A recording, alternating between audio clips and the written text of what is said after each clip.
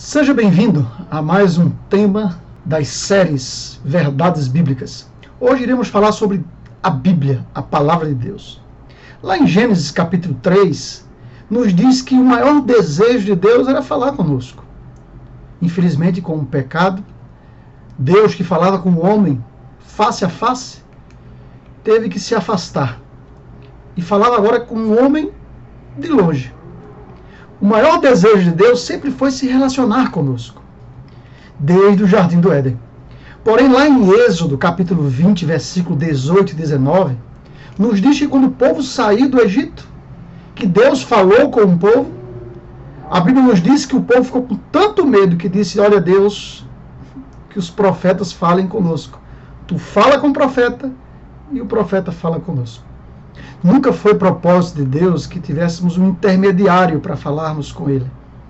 Mas por causa do pecado, começamos a ter medo de Deus.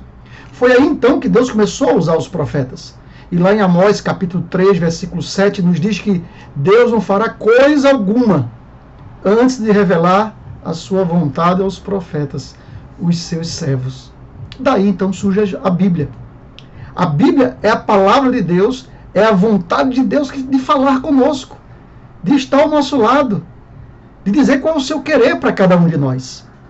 Queridos, a Bíblia é um livro fantástico.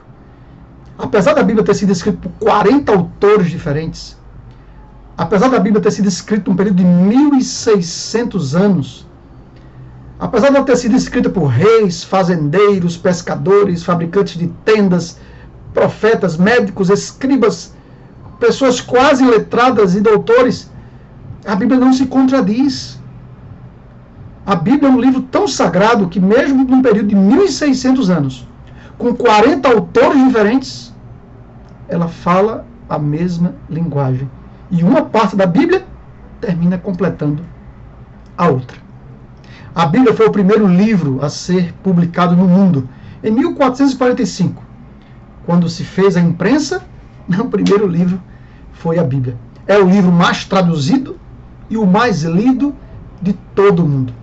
Hoje, no mundo, existem vários fragmentos da Bíblia. Entenda, antigamente, Deus falava, os profetas escreviam, as pessoas pegavam o que os profetas escreviam, reescreviam e iam distribuindo em todos os lugares. Vocês imaginam que hoje os arqueólogos já descobriram cerca de 5.400 manuscritos do Antigo Testamento e quase 20.000 manuscritos do Novo Testamento.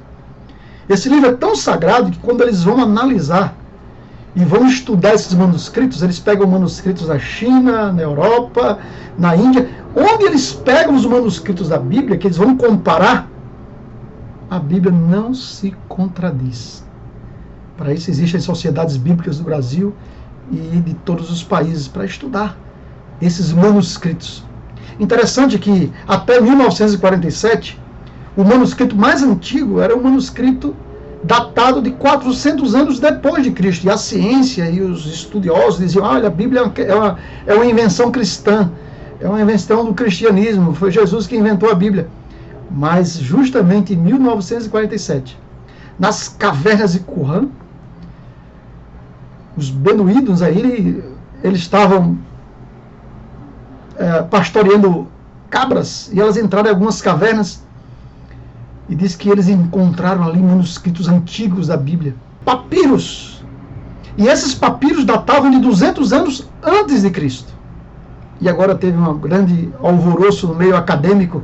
Será que esses escritos 200 anos antes de Cristo eram os mesmos escritos 400 anos depois, e era a mesma Bíblia que usamos nos dias de hoje?